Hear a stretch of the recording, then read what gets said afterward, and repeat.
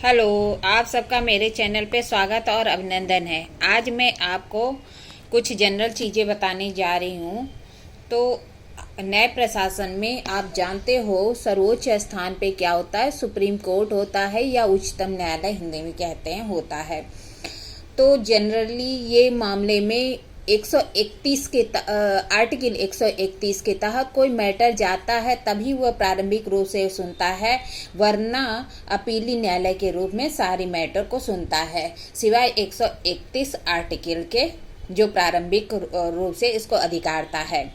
Supreme court top पे होता है। फिर क्या आता है, तो फिर हाई कोर्ट आता है। हाई कोर्ट मतलब उच्च न्यायालय, जो प्रत्येक स्टेट के अलग अलग होते हैं, या फिर किसी किसी स्टेट को हाई कोर्ट को एक या एक से अधिक स्टेट की अधिकारता होती है। अब क्या जो हाई कोर्ट होता है या उच्च न्यायालय, वह विधि द्वारा प्राधिकृत कोई भी दंडादेश दे सकता है, कोई भी दंडादेश दे सकता है जो कि विधि द्वारा प्राधिकृत है। कहाँ बताया गया है? सीआरपीसी जब देखेंगे उसका सेक्शन 28 में बताया गया है, 28 में, कि विधि द्वारा प्राधिकृत कोई भी दंडादेश हाई कोर्ट दे सकता है। अब हाई कोर्ट जो है के बाद क्या होता है, मामले दो तरह से बढ़ जाते, एक सिविल हो जाता है और एक क्रिमिनल हो जाता है। सिविल की प्रक्रिया अलग चलती है और क्रिमिनल की प्रक्रिया अलग चलती है। सिविल में क्या होता है, तो सिविल में जो डिस्ट्रिक्ट कोर्ट होता है उसमें कौन बैठता है? डीजे बैठता है। डीजे मतलब जिला जज जो है वहाँ पे बैठता है। तो जो डिस्ट्रिक्ट कोर्ट है वहाँ पे कौन बैठता है? डीजे बैठता है। वो कितना, उसको जो है कोई भी सिविल मैटर देखने की अधिकारता होती है, ठीक है। वो जो है उसको कोई भी सिविल मैटर दे सकता है, कितने तक का भी।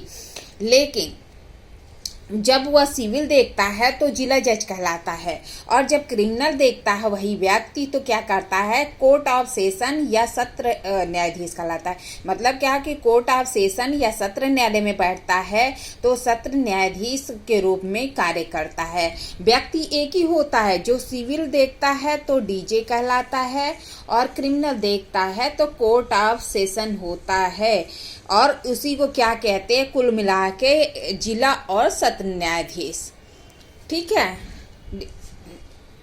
इसका क्या कहते हैं? जिला और सत्र न्यायाधीश वही व्यक्ति होता है, एक ही व्यक्ति होता है। जब सिविल देखता है तो जिला जज कहलाता है, जब क्रिमिनल देखता है तो सत्र न्यायाधीश कहलाता है। अब आ जाइए सिविल के मैटर में। सिविल के मैटर में क्या होता है? सीजे सीनियर डिवीजन होता है। सीजे सीनियर डिवीजन मतलब क्या होता है कि सिविल जज सीनियर डिवीजन का होता है, जो 50,000 तक के मामले को देखता है।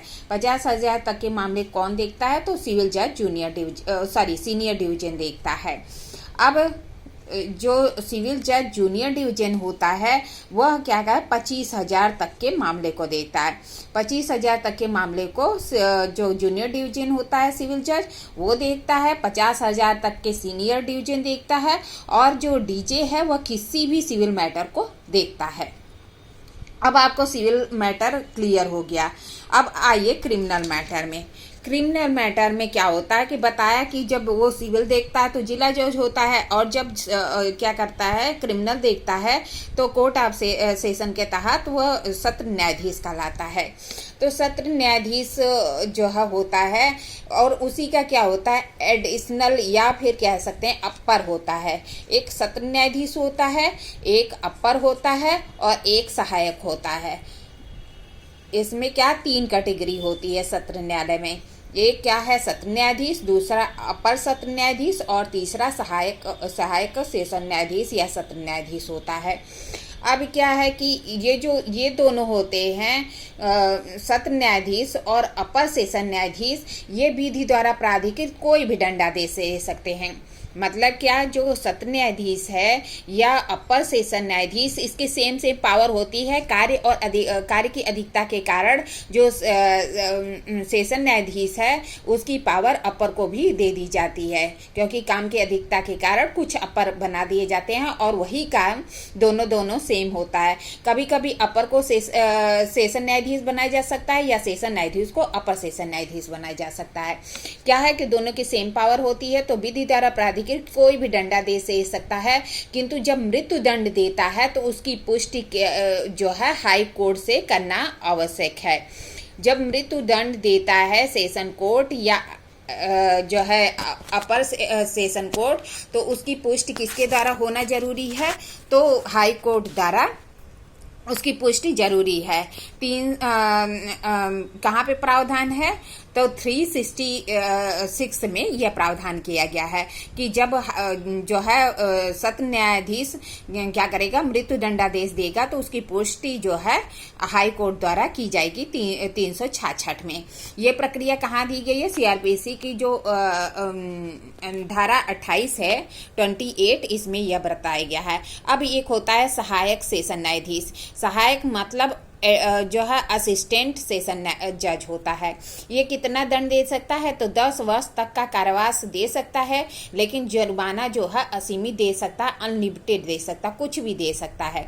मतलब क्या, कारावास तो 10 वर्ष तक का ही दे सकता है, लेकिन जो जुर्माना देगा वह अनलिमिटेड देगा। कहाँ प्रावधान है? तो सीआरपीसी की धारा 28 में 28 में यह प्रावधान किया गया है। अब उसके नीचे कौन होता है? तो जो कोर्ट ऑफ सेशन है उसके नीचे कौन होता है? तो सीजीएम होता है। सीजीएम मतलब चीफ जुडिशियल मजिस्ट्रेट। जो जुडिशियल मजिस्ट्रेट होता है उसी में जो सीनियर मोस्ट होता है उसको क्या बना देते हैं? सीजीएम बना देते हैं, और उसको पावर अधिक हो जाती है। वो कितना दंड दे सकता है? तो 7 वर्ष तक का कारावास दे सकता है और जुर्माना असीमित दे सकता है। मतलब क्या कि 7 वर्ष तक का कारावास दे सकता है और जुर्माना कुछ भी दे सकता है, जो भी चाहे वो दे सकता है। ठीक है। अब फिर क्या नीचे कौन आता है? फिर इससे जो है थोड़ा सा नीचे कौन आता है? जुडिशियल मजिस्ट्रेट फर्स्ट क्लास आता है, जिसे जेएम फर्स्ट क्लास भी कहते हैं। कितना दे सकता है? तो 3 वर्ष तक का कारावास दे सकता है और 10,000 रुपये जुर्माना दे सकता है, जो कि पहले 2005 में 5,000 तक ही दे सकता था, जिसे बढ़ा के कितना कर दिया गया? 10,000 कर दिया गया। अब क्या है? 10,000 दे सकता है, और जो कारावास 3 वर्ष तक का कारावास दे सकता है।